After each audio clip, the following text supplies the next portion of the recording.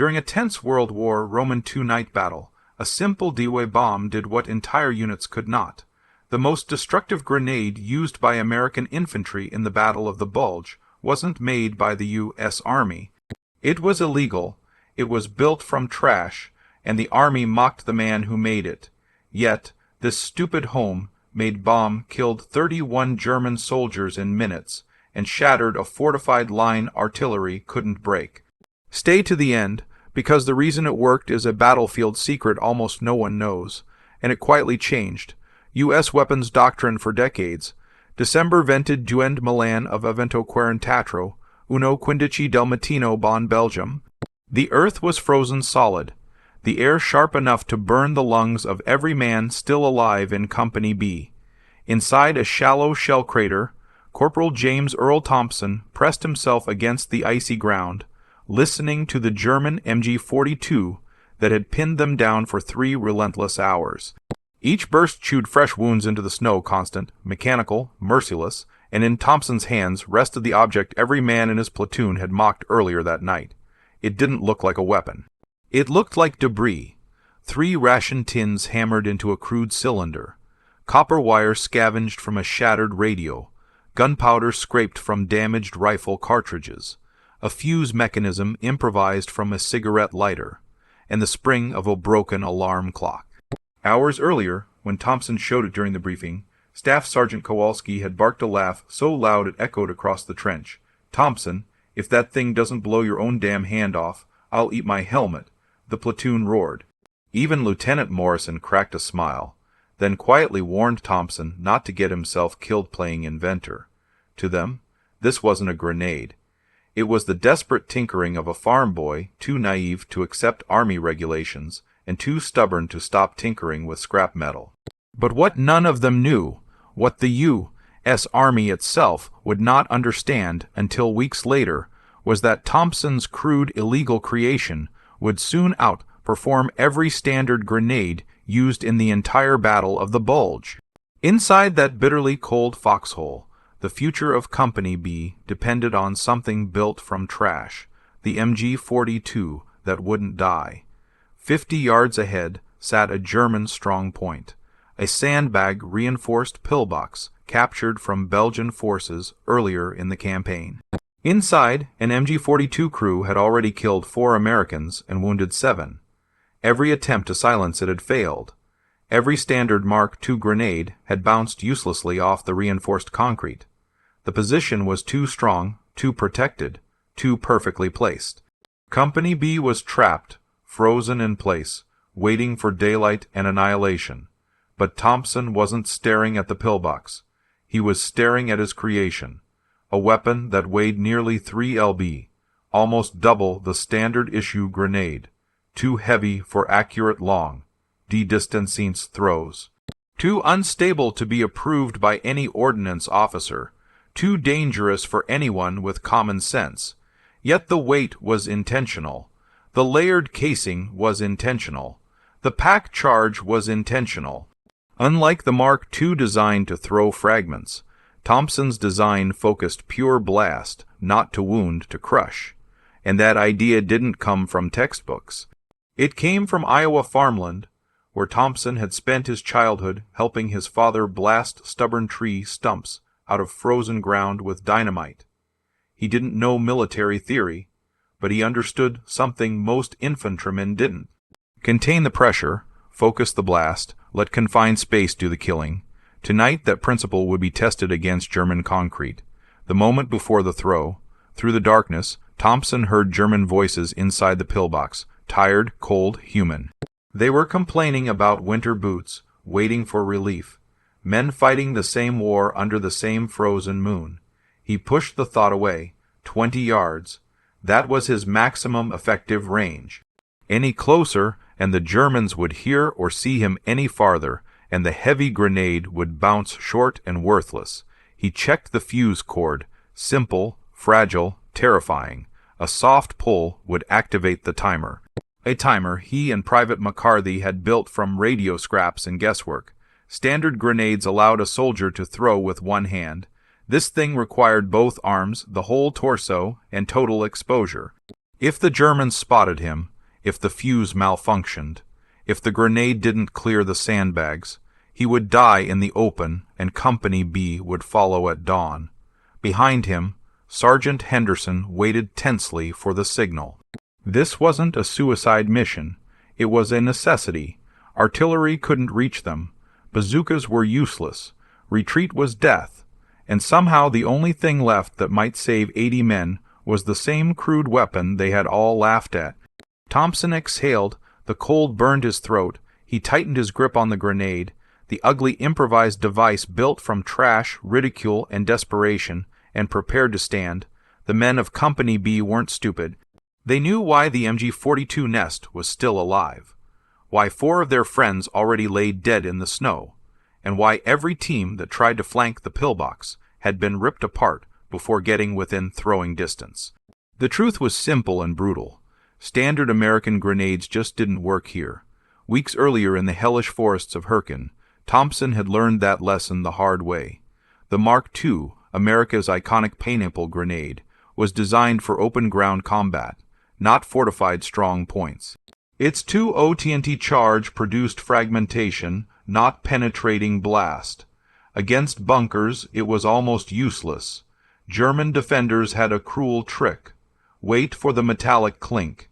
Kick the grenade back out and let American shrapnel tear through American flesh. Thompson saw it happen. He saw men die because the weapon in their hands wasn't built for the war they were actually fighting, and that planted a seed, the problem no one wanted to admit. In the Ardennes, the issue became worse. The Germans weren't holding foxholes.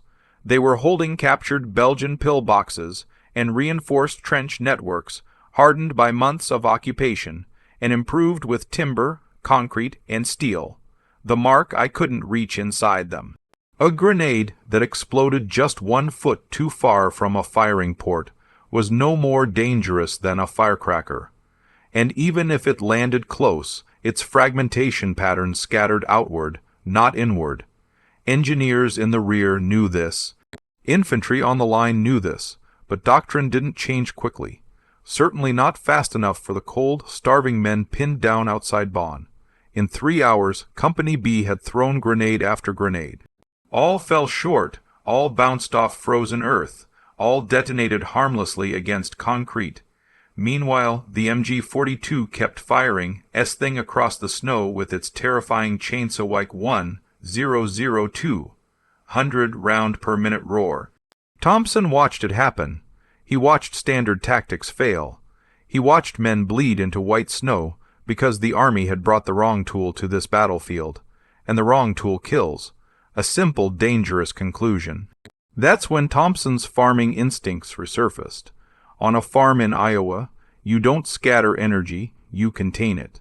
To dig out a stump, his father had taught him to pack charges tight, trap pressure, and let confinement multiply force. In a forest that collapses roots in a pillbox, it would cave in walls. It would crush lungs. It would pulp organs long before shrapnel mattered. Thompson didn't need more fragmentation. He needed concussive overload. The kind of blast that becomes exponentially deadlier in a sealed space. The USS Army wasn't going to give him that, so he built it himself, a weapon born from battlefield logic. Everything he had learned in Hurkin pointed to one conclusion. If the grenade couldn't get inside the pillbox, it was worthless. But if it could, one blast could wipe out the entire crew. No shrapnel needed, no precision needed, just pressure, crushing, focused, inescapable pressure. That was the secret hidden inside the trash bomb. His platoon mocked the principle that would kill 31 German soldiers before dawn. And that principle, in a few minutes, would be tested against the strongest German position on Company B's front. Thompson steadied himself. He knew the flaw of the Mark II.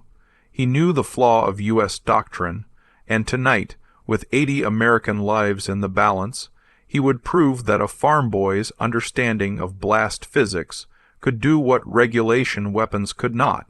Break the unbreakable. The idea had taken shape weeks earlier, back in the brutal nightmare of the Hurkin forest. It started as a sketch drawn by flashlight in a foxhole lines on damp paper. dripping mud, trembling from cold and artillery shock. But the logic behind those lines came from a place far from Europe's forests. It came from Iowa. Thompson had grown up clearing farmland with real explosives, not military manuals, not ordnance courses, just a father, a shovel, and sticks of dynamite. He learned the principles through necessity, not theory. Pack the charge tight, contain the pressure, direct the blast, make the explosion work for you. When the Mark II grenades failed against bunkers in Hurtgen, bounced aside, kicked back, or simply too weak, it wasn't military training that told Thompson what to do, it was memory. The problem wasn't that grenades didn't explode hard enough. The problem was that they wasted their energy outward into open air. What Thompson needed was the opposite. A grenade that forced all its power inward, turning any enclosed space into a death chamber. So he began experimenting.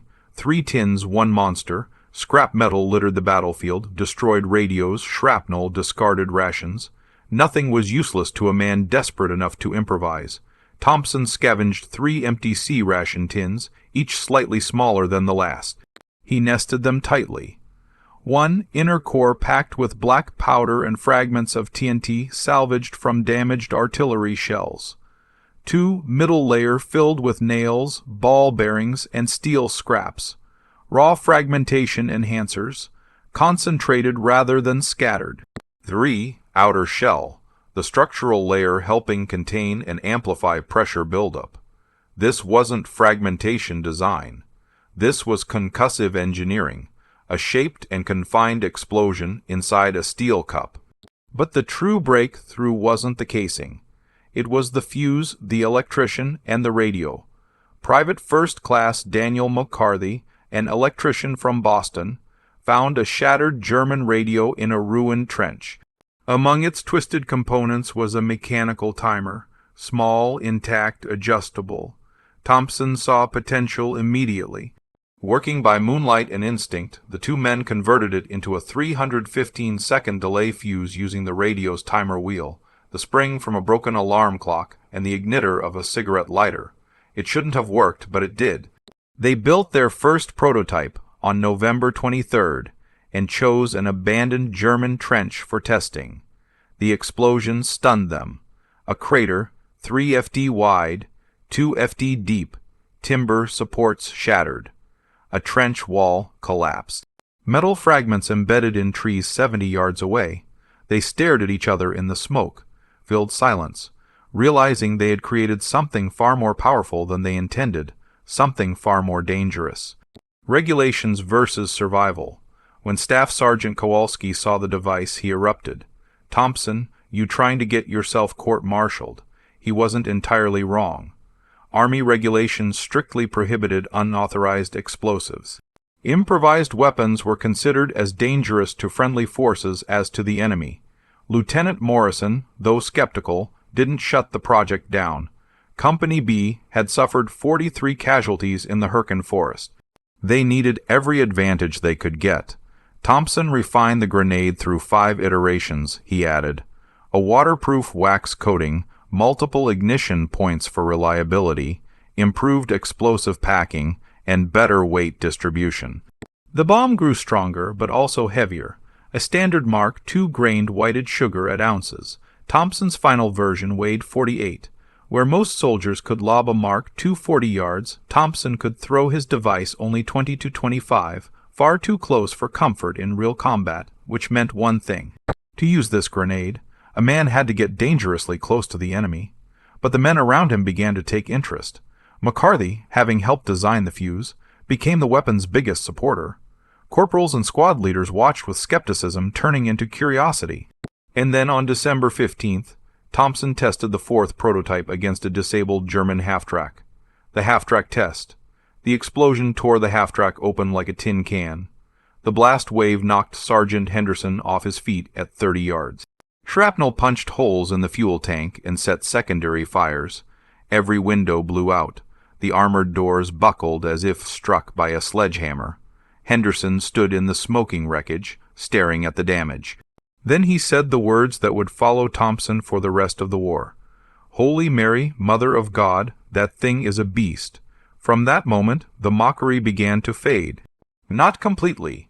Regulation still loomed and technical sergeants still muttered about dangerous toys. But curiosity replaced ridicule. And in the frozen trenches near Bone, as men counted their remaining grenades and realized standard tactics had failed, Company B needed a beast. By December 21st, the German offensive was no longer a news report drifting down the line. It was a physical force, steel, fire, and momentum crashing directly into the men of Company B. Hitler's last gamble, Operation Walk am Rhin, had torn through the Ardennes with shocking speed. Within 48 hours, SS Panzer spearheads pushed 20M into American lines. Entire regiments were shattered, communications collapsed, units were swallowed whole, and right in the path of that armored tidal wave stood the 399th Infantry Regiment and what was left of Company B. Panthers, Tigers, and a company cut to pieces. At 1:04 hours on December 21st, elements of Kampf Group Piper Panthers, Tiger tanks, and SS Panzer grenadiers slammed into Company B's forward positions. The Americans had nothing heavier than bazookas. It wasn't a battle. It was a demolition. Captain Robert Harrison, commanding Company B, was killed in the opening bombardment. Lieutenant Morrison took over mid-retreat, directing what men remained through smoke, snow, and machine gun fire. Out of 87 men holding the initial line, only 63 reached the fallback positions alive. Those fallback positions were a cruel joke. Shallow trenches, thin foxholes scraped from frozen ground, no interlocking fields of fire, no natural protection, and German units maneuvering within grenade range. Then came the artillery, then the mortars, then the machine gun nests that locked every approach.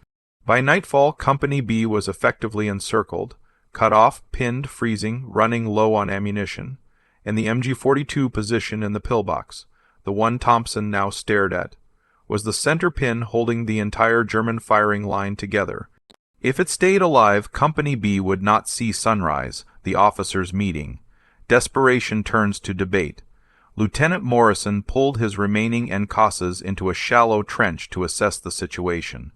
The conversation was short, grim, and honest. They could hold until dawn. They could not hold after dawn. Reinforcements weren't coming. Artillery support was diverted to more critical sectors without a way to break the nearby German strong points. The company would eventually be wiped out. Thompson, now squad leader after Sergeant Davis was wounded, attended the meeting. When Morrison asked for suggestions, Thompson spoke the words that ignited the night's most explosive argument. "Sir, I have my grenades." Reynolds, the platoon sergeant, reacted instantly, furious. "Are you insane, Thompson? You want us to bet our lives on that homemade bomb when we're hanging on by a damn thread." But then Morrison did something no one expected. He cut Reynolds off. "How many do you have?" 4 finished materials for 2 more. The lieutenant stared at him for a long moment, long enough for the others to realize he wasn't dismissing the idea. He was calculating risk, terrain, probability, desperation, and then he nodded because conventional tactics had failed. Standard grenades had failed. Artillery wasn't coming, and doing nothing meant letting his men die. Thompson's trash weapon was no longer a joke. It was the only option left. The assignment. The plan was harsh, simple, and nearly suicidal. At 0:10 hours, under total darkness, a 4-man team would crawl across open snow-covered ground to strike the nearest German strong point, the pillbox built around a captured Belgian bunker. If that position fell, the company might break contact and reposition before dawn's expected German assault. If it didn't, they wouldn't be coming back. Morrison personally selected the assault team. Corporal Thompson carrying the homemade grenades. Private McCarthy, backup grenadier. Sergeant Henderson, team leader, experienced in night operations. Private First Class Robert Wilson, the company's best marksman, bringing a suppressed Springfield. At midnight, the team blackened their faces with charcoal. Thompson distributed the weight of the grenades in a captured German bread bag. McCarthy checked his 2 backup Mark-Is. Wilson loaded his rifle with 8 rounds. Henderson adjusted his Thompson SMG and blade. The temperature was 15 degrees F. 3 in of new snow covered the ground. Snow muffled their steps, but also made them painfully visible. Morrison's final order was simple. Get close, use the grenade. If it works, hit the next position. If it doesn't, get back alive. We can't lose 4 men on a gamble. The men nodded. And then, with nothing left but courage and a weapon no one trusted, the 4 of them crawled into the dark.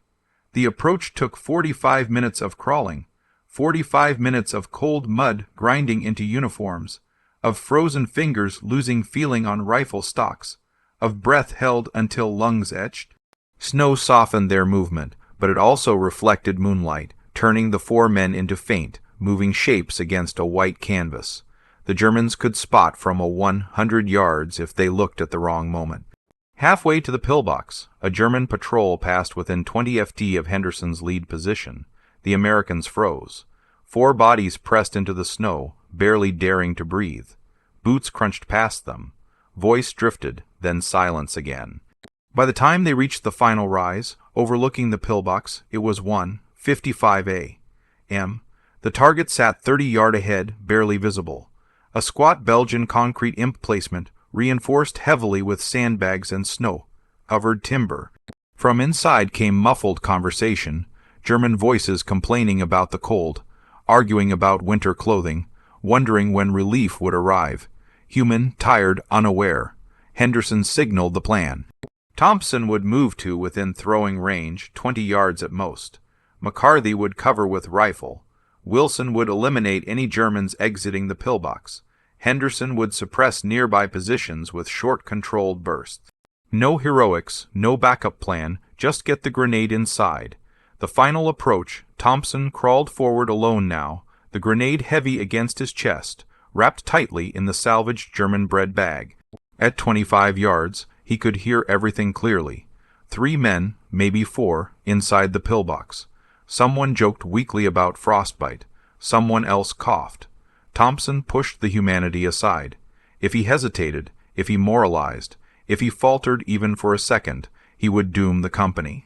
He reached a collapsed section of a Belgian farm wall and slowly rose into a crouch. Snowflakes clung to his sleeves. The weight of the grenade felt wrong, unbalanced, clumsy, demanding a two-handed heave rather than the fluid overhand motion drilled into him at basic training.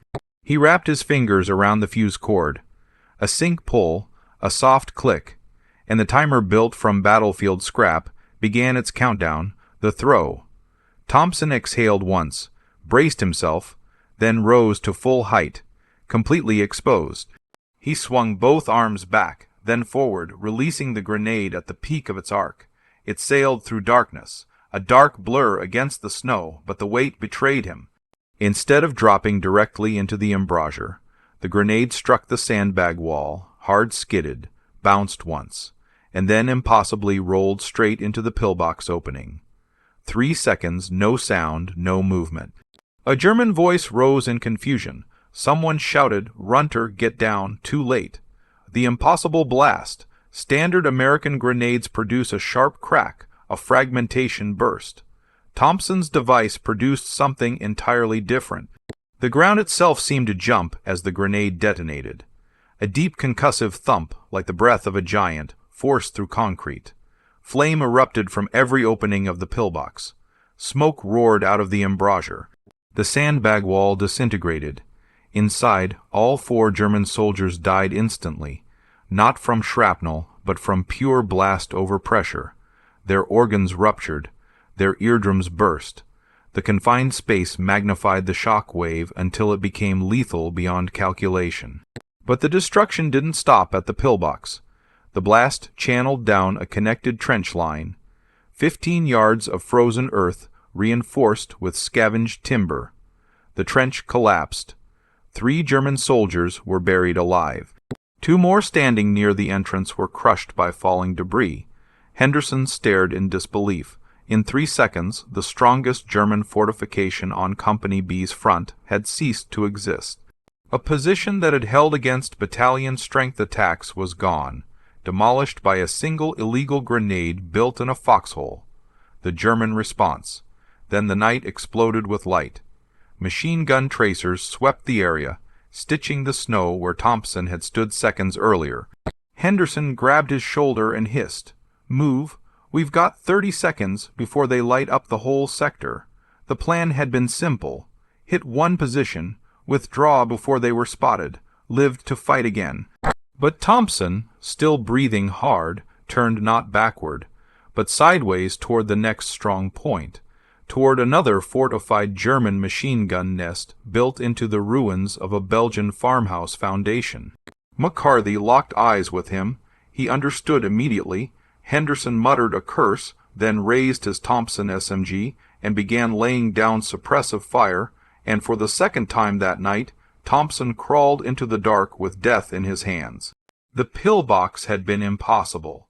The next target would be worse, but the Germans were disoriented. Confusion burned hotter than their tracers. Thompson had more grenades, and in the chaos of the Ardennes, a 4-man American assault team was about to do the unthinkable. The snow swallowed every sound except the distant German shouting confusion, alarm, and disbelief rolling across the pillbox sector like a wave. Thompson's grenade hadn't just destroyed a position, it had erased it. Concrete, timber, sandbags, bodies gone in seconds. Now the Germans were scrambling, firing wildly at shadows, searching for an enemy they couldn't see. And in that chaos, Thompson made his decision. He wasn't done. Target 2, the farmhouse strong point. The next German position crouched inside the skeletal remains of a Belgian farmhouse. The structure had taken artillery hits days earlier, leaving behind half walls, exposed beams, and blackened brick. Perfect cover for an entrenched MG team. Tracers stitched the snow near Thompson as he crawled, but the gunners were firing at ghosts. They were reacting to the pillbox blast, not to him. He had one of his remaining home-made grenades pressed to his chest. McCarthy crawled behind him, gripping 2 standard marks in case their plan collapsed. Henderson fired controlled bursts from his Thompson SMG, short enough to avoid revealing their exact location, long enough to keep German heads down. Wilson, prone behind a frozen log, scanned with his suppressed Springfield, breathing slow and measured 20 yards. 15-10, Thompson reached throwing distance closer than any sane man would choose. He pulled the fuse cord. A quiet click. He rose to a kneeling stance and hurled the grenade in a smooth, practiced arc. This time the trajectory was perfect. The grenade dropped directly into the hollow of the ruined foundation. The blast arrived like thunder. The compromised walls with cracks from artillery impacts didn't stand a chance. The entire structure collapsed inward, burying the machine gun position under tons of brick, timber, and burning debris. 4 German soldiers died instantly. One of them, machine gunner Otto Richter, had been writing a letter to his family in Munich. When his body was recovered 3 days later, the letter was still clutched in his hand. Wilson murmured, stunned, 2 positions. In less than 5 minutes, but there was no time to admire anything. German voices were shouting orders. A whistle blew. Another machine gun opened fire somewhere to their right. Thompson wasn't retreating. He had more work to do. Target 3, the mortar pit. The mortar pit had been tormenting Company B for an entire day, steady, punishing arcs of fire, landing on their thin trenches, shattering nerves and bodies alike. Now, with German infantry disoriented and their command structure shaken, it was exposed. Thompson had one last completed homemade grenade. The mortar pit was closer to German reserve positions, making the approach far more dangerous. But the team moved like ghosts, low, fast, precise.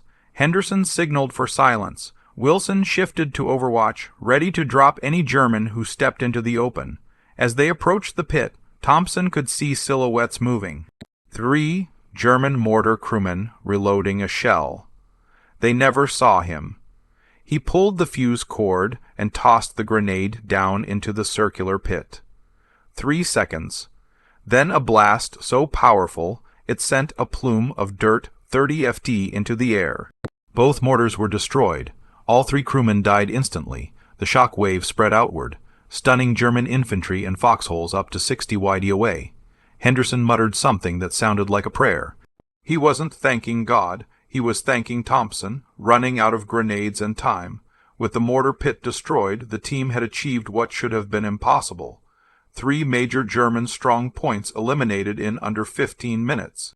But Thompson was out of home-made grenades, and the German line, once cohesive, was devolving into panic and fragmented radio traffic. Officers were shouting contradictory orders. Some units tried to reinforce, others attempted to retreat. Some simply fired into the dark, not knowing what they were shooting at. This confusion created a narrow but rapidly closing window. Henderson turned to Thompson, whispering, "We can roll the whole damn sector if we move now. How many more can you build?" Thompson opened his bread bag and stared at the scraps.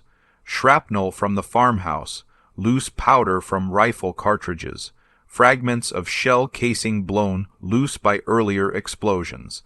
It wasn't enough for a proper grenade, but it might be enough for something crude, something dangerous, something that could just barely work. Improvised under fire, the field expedient bomb. Working in near total darkness, Thompson assembled a makeshift charge using a damaged artillery shell casing. Powder scraped from clipped rounds, jagged metal fragments scavenged from the destroyed strong points, and a fuse mechanism from one of Makar, these Mark II grenades. It was unstable. The powder was unevenly packed. The fuse reliability was questionable, but Thompson's hands were steady. He'd done this since he was a boy, feeling the weight, the balance, the rhythm of explosives. In 10 minutes, the brutal misshapen device was ready. Wilson whispered, "That thing's more dangerous to us than to them." Thompson didn't disagree, but they had no other choice. The next target was the most important of all. Target 4, the German command bunker. If the grenade was a brain, this was the skull. Radio antennas sprouted from the roof. Officers were moving inside. Maps were pinned to walls. This bunker coordinated all defensive operations in the sector. Destroying it would unleash chaos beyond anything the Germans could recover from before morning. And chaos was the one thing the Americans could use. The bunker, however, sat behind 30 yards of open ground, even under starlight. Crossing it was suicide, so Wilson created a diversion. He fired his suppressed Springfield at a separate German position, intentionally drawing attention away. Shouts erupted. A flare shot upward. Machine guns sprayed the wrong direction. That was the window. Thompson sprinted the first 5 yards, then dropped to crawl. Henderson cursed softly under his breath. Following with McCarthy on his shoulder, they reached throwing distance. Thompson pulled the fuse. He didn't think he threw. The crude grenade spun end over end, struck the steel-reinforced bunker door, and detonated on contact. The explosion tore the door free from its hinges. The blast wave surged inward straight into a narrow, confined space filled with officers and radio equipment.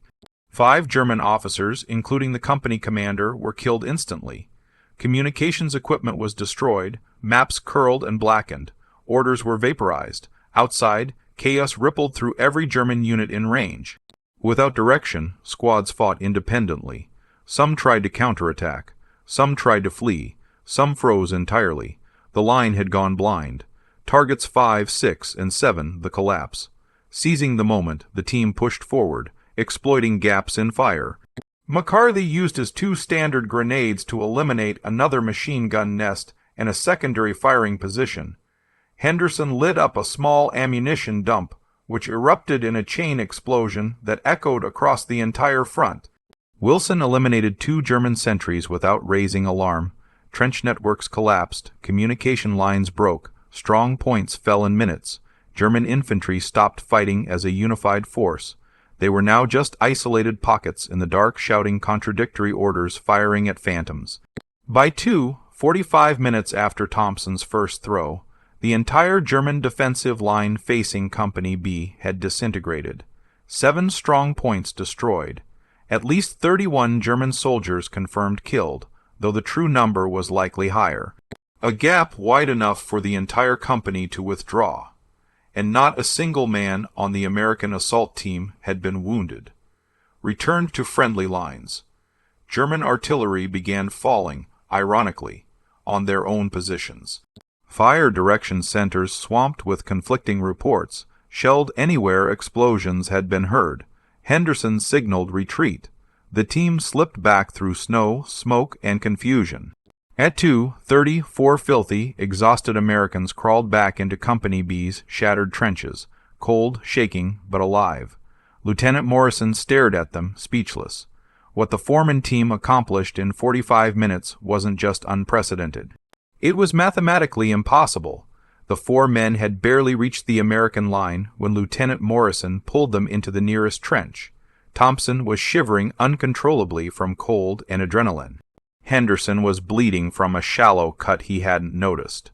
Wilson looked strangely calm, like a man waking from a dream he wasn't sure was real. McCarthy just kept repeating the same sentence under his breath. "We're alive. Somehow we're alive." Morrison listened to their report. 7 strong points destroyed, multiple weapons silenced, a command bunker collapsed, and the defensive line broken wide open. His first reaction wasn't joy. It wasn't praise. It was disbelief so complete he could barely form words. But he knew what had to happen. Pack everything. We're withdrawing right now.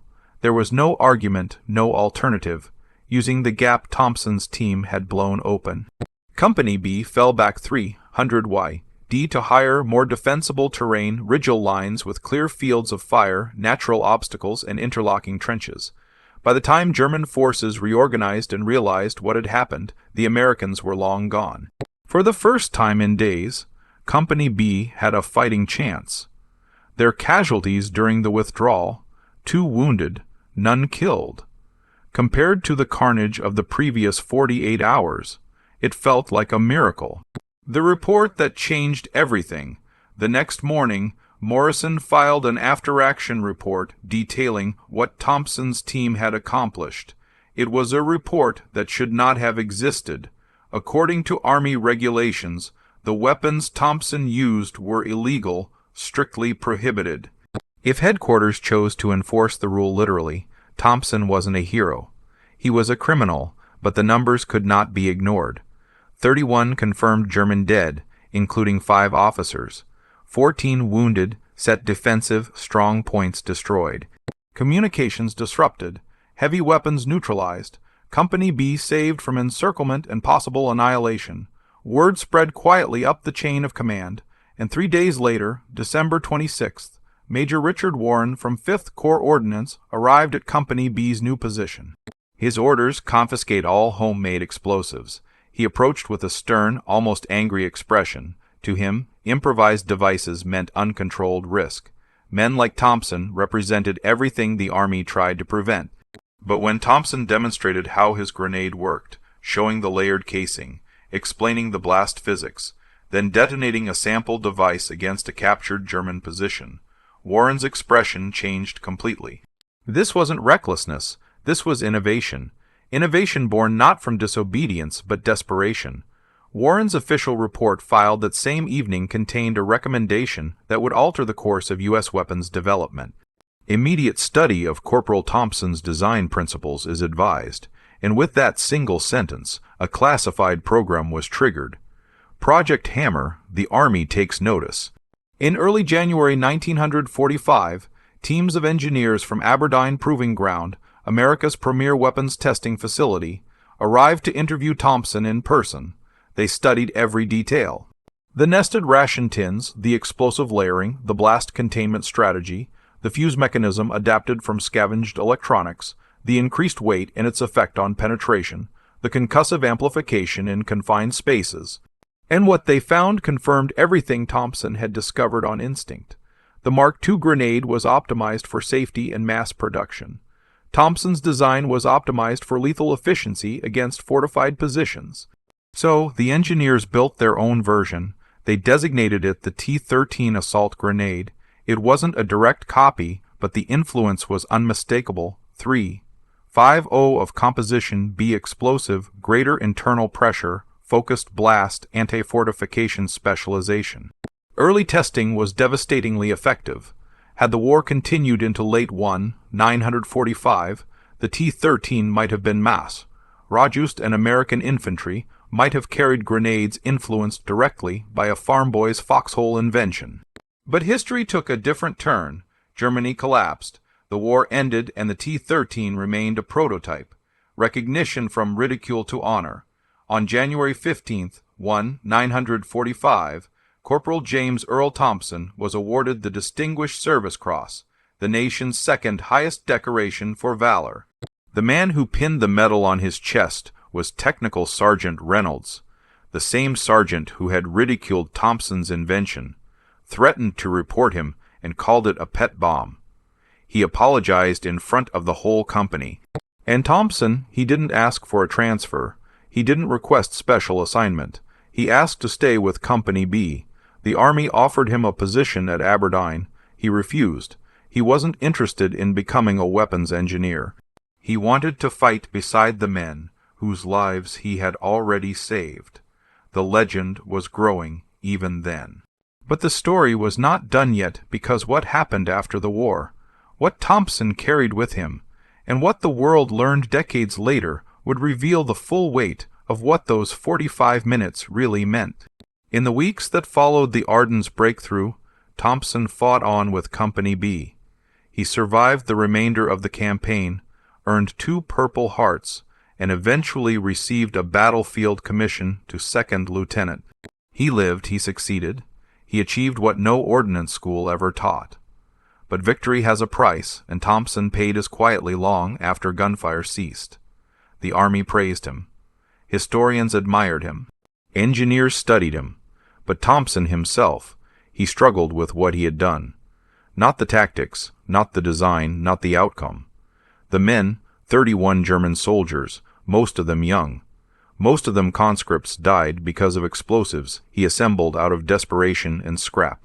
He had built weapons that collapsed trenches, crushed lungs, and turned fortified rooms into death chambers. To the U.S. Army, this was ingenuity. To the survivors of Company B, this was salvation. To Thompson years later, it was something else.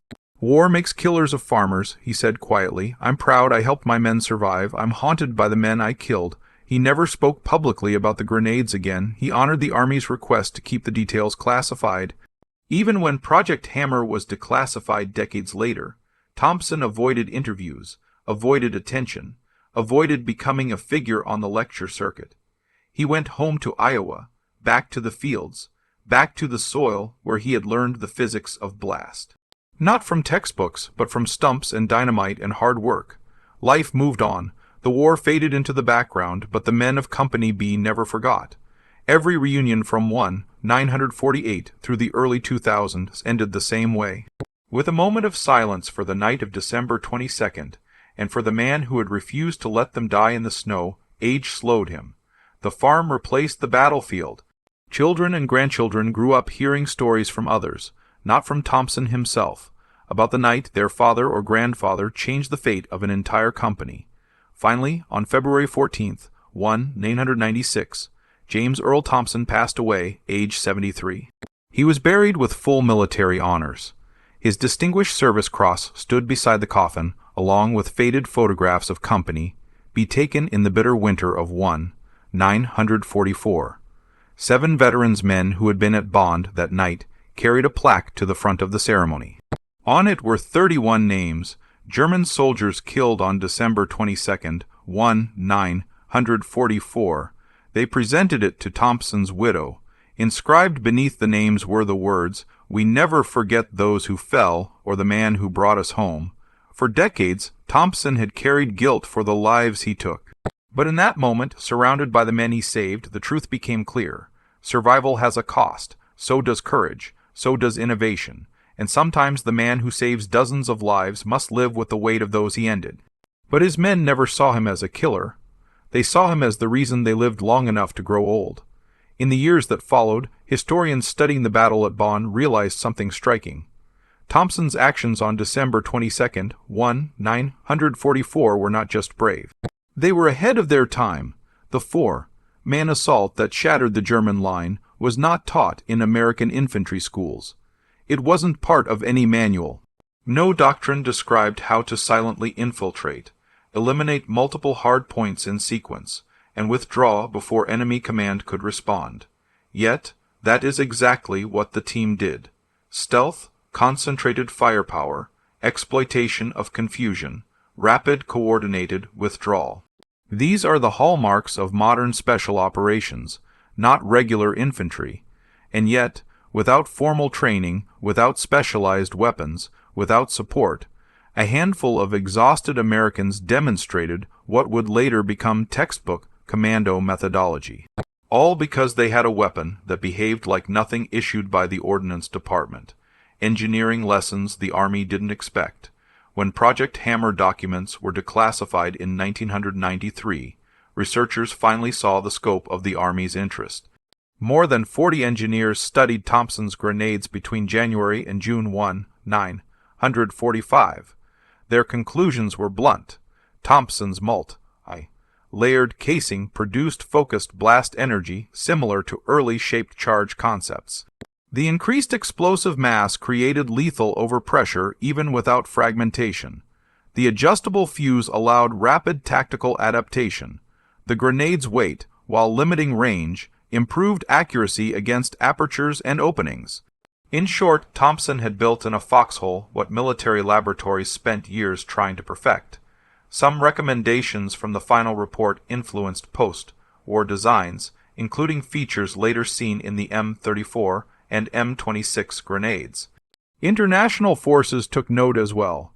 The Israeli Defense Forces in the 950s and Soviet troops in Afghanistan both adopted blast-focused grenades that echoed Thompson's principles. His work never reached mass production, but the ideas he proved under fire helped shift grenade design away from purely fragmentation-based thinking. The psychological factor, German intelligence, never identified the grenades correctly. Captured reports from the 1st SS Panzer Division described enhanced American explosives that produced effects far beyond standard munitions.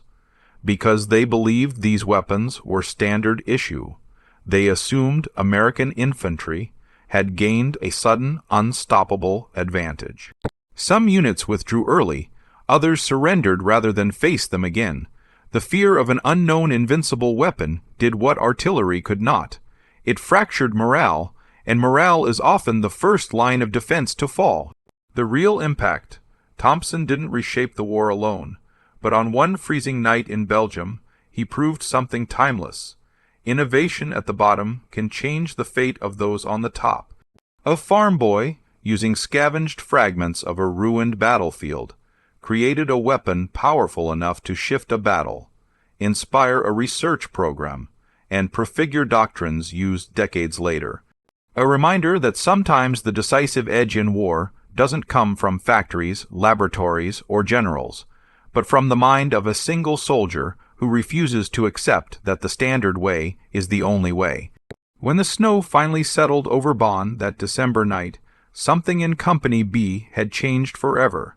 Not just their position, not just their odds of survival, but their understanding of what one soldier could do when the world collapsed around him. They had mocked Thompson's grenade.